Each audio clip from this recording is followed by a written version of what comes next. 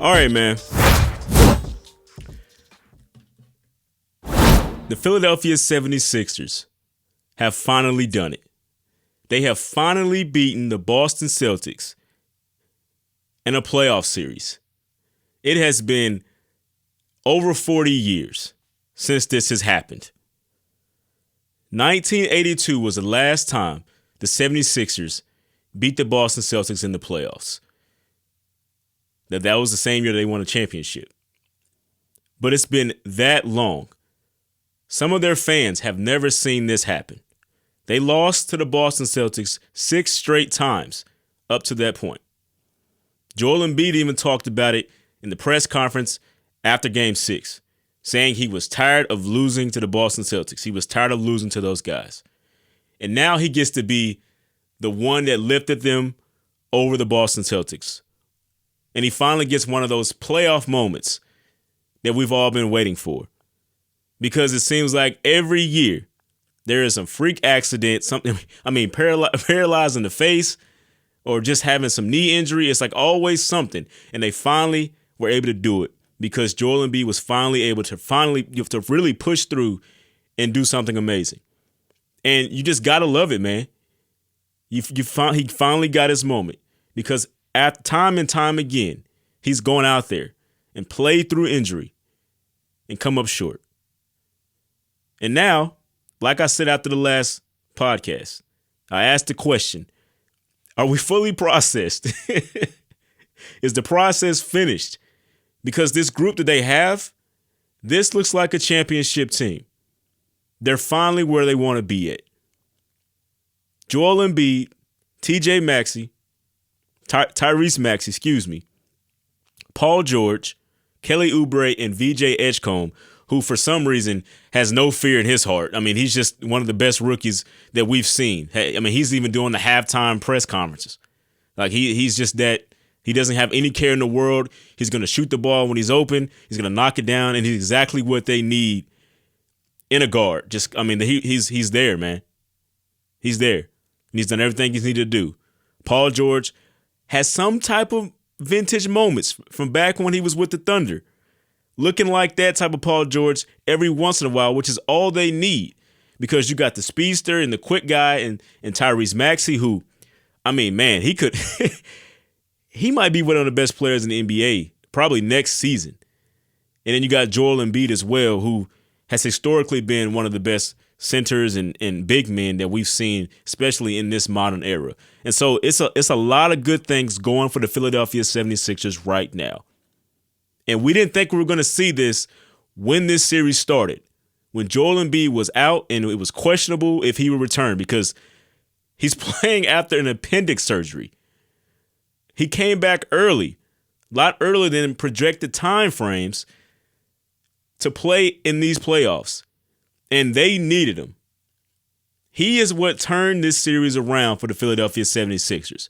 Now, I know it was disappointment in his first game back, but man, they figured it out, and they won 3 straight. The first time the 76ers have ever done that, come back from a 3-1 deficit to win a playoff series. And oh, by the way, it's the first time the Boston Celtics have ever blown a 3-1 lead. So it's crazy. I mean, the stats that I've been finding, it's crazy what this moment and what it can mean for Philadelphia fans and just the NBA as a whole. Seeing something like this is just not common. And so it's crazy. It's crazy. But getting into the game here, the 76ers won 109-100. It was a hard-fought game for a majority of this game. And at the end of it, the Celtics did not have enough dudes, is what I would say. That's how I'm gonna call it. They didn't have enough guys that could really impact the game and score the basketball or play great defense for them, especially down the stretch. Before this game, obviously, Jason Tatum was ruled out, which is a very big blow to the Boston Celtics.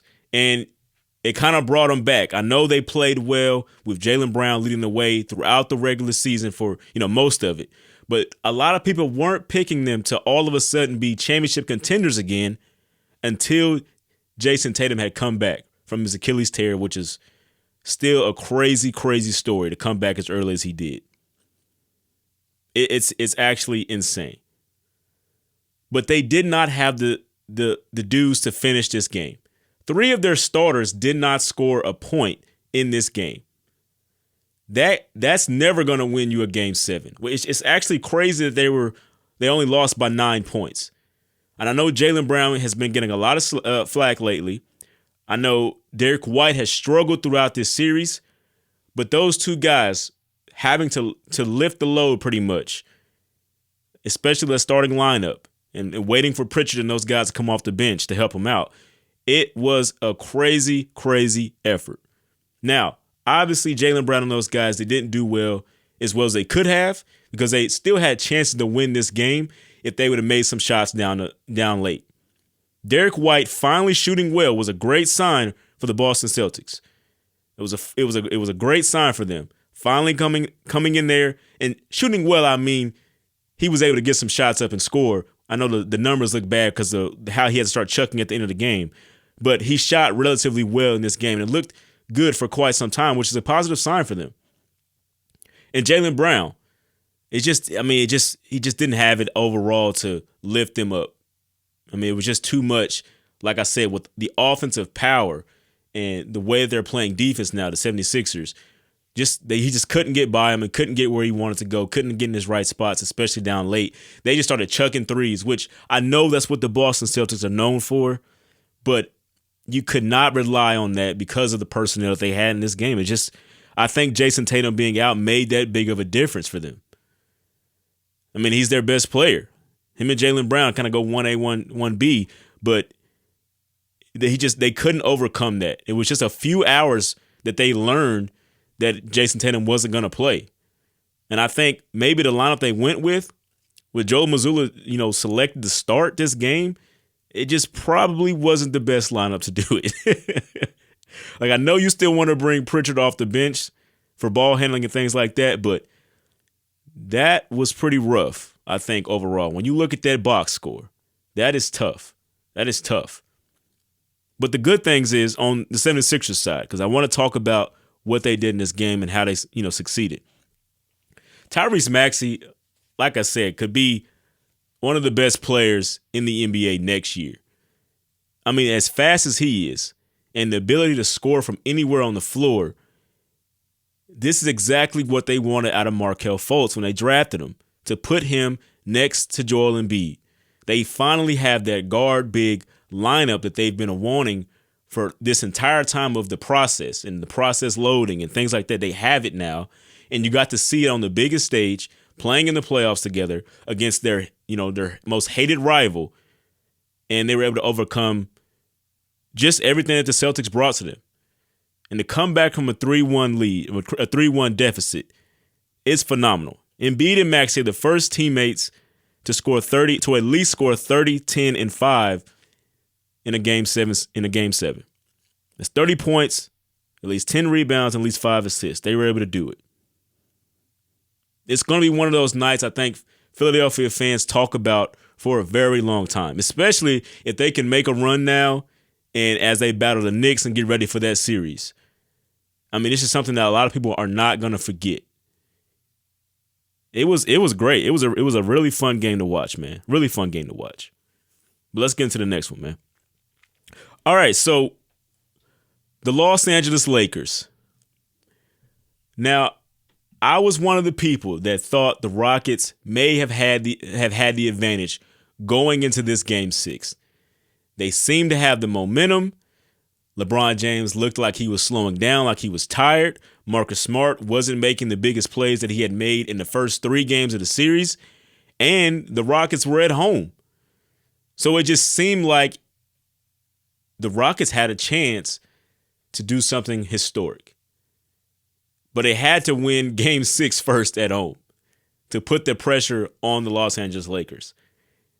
But instead, we get the Lakers upsetting the Rockets, which, yes, it's still an upset because the betting odds before this series started was the Rockets were the heavy favorites. I know some people are going to say, no, the Lakers survived. No, that's what it was. Based on the talent out there, that's what everybody had suggested. And so the Lakers upset the Houston Rockets. which sounds crazy because LeBron James is on the team. Even though he's 41 years old, he is still the best player on the team as of right now. And you saw it with that performance. He's basically the one that won game 3 for them.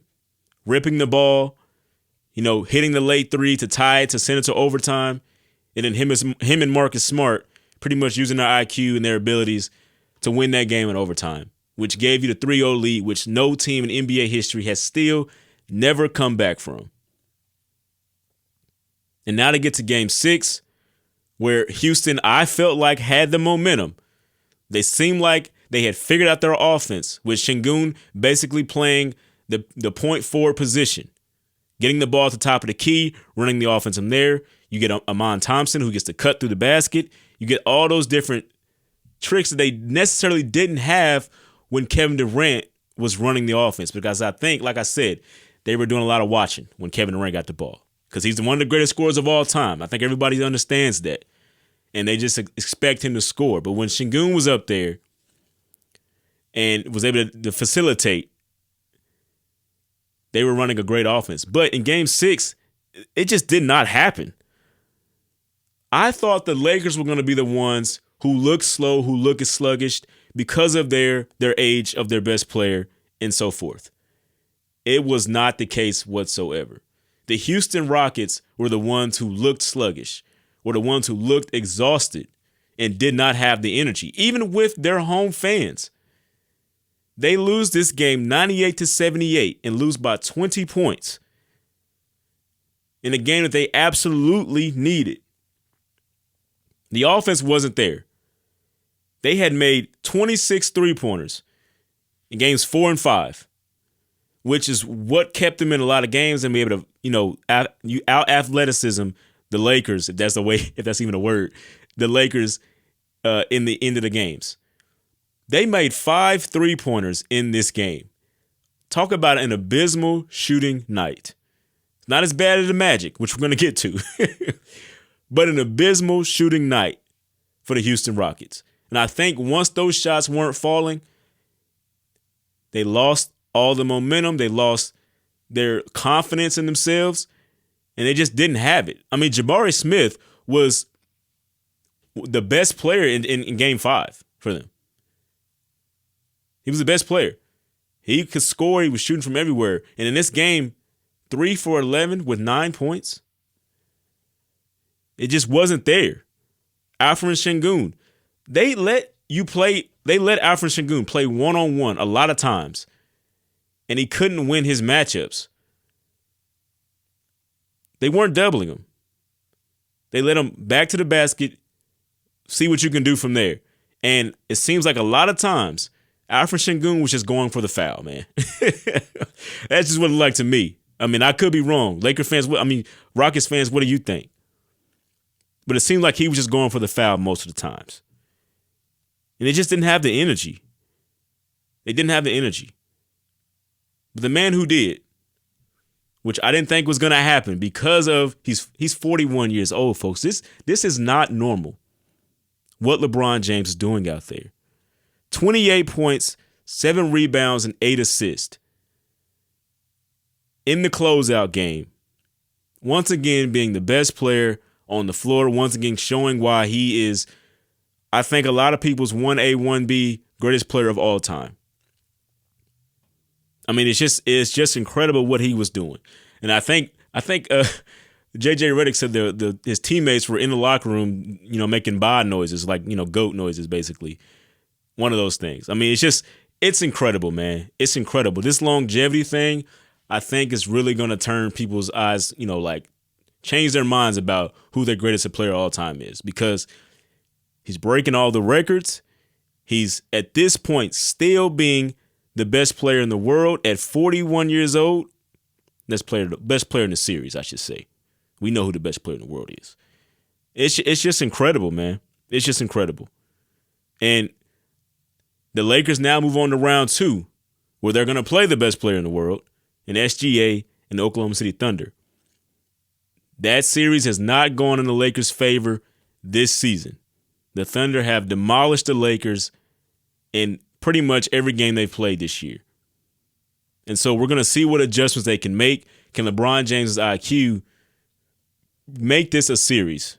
Give him a game or two, which is all I think they're going to get in this. Even with Luka, if Luka comes back, that's all I got. But we're going to talk about that later. We're going to have predictions in the next video, in the next podcast. Let's talk about the Magic, man. Let's talk about the Magic. This has got to be one of the worst losses I have ever seen in my life. Like, I don't think that's an exaggeration. The Orlando Magic were up 24 points in this game. Pretty much late in the third quarter, they still had a big lead in this game. And they blew it. Like, we're not even, like, this is like, the last time I can think of something like this was when Chris Paul had got hurt in game 6 of that series, and James Harden and the Rockets pretty much missed all those 3-pointers in a row, and the Golden State Warriors were able to come back and win even with a hurt lineup. Like, it was that situation for the Orlando Magic, but I think it's even worse because the Rockets were still making free throws and, buckets inside the lane. The Orlando Magic missed 23 straight shots. And in real life minutes, they went 45 minutes without scoring a point. That's almost an hour of watching that team miss shots back to back to back. An NBA team. We're not talking about your local YMCA, which even I think would be crazy. They did not have it down the stretch. They could not put the Detroit Pistons away. They couldn't make the big rally that they were supposed to make and knock off a 60-win, one-seeded team. And now they're going to Game 7, and the Detroit Pistons have all the momentum. Because I think they finally figured out how to beat the Magic, man. If they're going to be that confident to go down by that many points, still running their offense, still understanding that they can play defense the Detroit basketball way, which is kind of what they've always hung their hat on throughout the history of that franchise, and pretty much forced the Orlando Magic to miss 23 straight shots to get back into that game. It is incredible. And their offensive engine in Cade Cunningham, he had 32 points in the game. 19 came in the fourth quarter. That is amazing for him to will his team back, especially offensively. They don't seem to be having that great of offense from all their guys as of right now. But Cade Cunningham is being the man right now. This is after a 45-point game in Game 5. I mean, you talk about a young guy who is living up to the number one pick. He's living up to being the number one pick. He's looked that good. And they may take over the East. They just get another player, just another scorer on this team. Tobias Harris is great, but he didn't shoot as well in this game. 22 points for him on 7 of 20 shooting. And Duncan Robinson, who you would think would be your 3-point sniper, your sharpshooter, I mean, he hasn't done it as well this entire series, but he did well enough in this game. I think he shot 4 for 9 from 3? Yeah, 4 for 9 from 3. So it's just amazing. They still got the defense, like I said, with Jalen Duran, Asar Thompson. They got what they need as of right now, but I think if they add one more score, I think they're just one piece away from being a legit title contender. Even though they're the 1 seed and they won all those games and they look great, I think they're one piece away. But you never know, because it seems like in these playoffs over the last couple of years, it's just about who stays the healthiest. And the way the Detroit Pistons play, they should be just fine. I mean, it's just crazy. Now, for the Orlando Magic, as bad as it was, you still got another game to play. And you don't have to blow the 3-1 lead, because if you do, they're going to have some changes, I think, especially the coaching staff if something like this happens. Even though they were in the play-in and had to come out of that to face the 1 seed and almost did it, it seemed like they should have already got this job done based on the way the series started. I mean, that's just what it is for them. Now, they did not have Wagner in this game, and he's been banged up for some time, and he's still. I think he's ruled out for Game 7. So they're gonna have to figure out how to finish these games without one of their best players in the lineup, because that's exactly what they were missing in this Game 6. I mean, just somebody they can give the ball to, for somebody else to try to get the ball to go in the rim, which would ignite everybody else on that offense. Just didn't happen, man. It's crazy, the shooting slump that they went into. Like, this is going to be one of those nights we talk about forever because of how bad the shooting slump was. Even if they are able to pull it out in this series, that's going to be one of the things that you remember forever. 23 straight missed shots. I mean, you can't talk about it too much. I mean, it's stunning. It's stunning. Now, let's get to the Raptors and the Cavaliers. I don't know what's going on with that particular goal in Toronto, but for some reason, those bounces, the bounces off that particular rim is historically great. We've seen some crazy shots because of that. I mean, R.J. Barrett hitting the game winner is what I'm referencing, where the ball hit the back of the rim, flew straight up in the air, and came back in and went in, which won the game for them basically. I mean, this is reminiscent of Kawhi Leonard's 4-bounce shot that beat the 76ers to go to the championship. And it looked like Halliburton's shot in New York last year in Madison Square Garden, where he hit the back of the rim and went straight up in the air and came back down in. That rim itself has two of the three biggest, craziest shots I've seen in my lifetime. At the end of a game, when you needed it most, a certain team, like the suspense of the ball hitting the rim and just waiting for it to come back down. It is crazy. I mean, Jurassic Park was in a frenzy. I mean, I couldn't imagine being in Jurassic Park at that time when that shot went down. That would be really fun, actually. But it's crazy, man. R.J. Barrett gets the game winner, and I knew this was going to be a nonsense game when I think it was the first bucket of the game. Jared Allen goes up there, has a reverse dunk, and pretty much falls on his face. Like, a guy as athletic as he is almost knocked himself out just landing. And the rest of the game was just nuts, man. We all saw it. The Toronto Raptors were hitting big shots. They had the crowd into it. The Cavaliers were doing everything they could to keep the game close for them.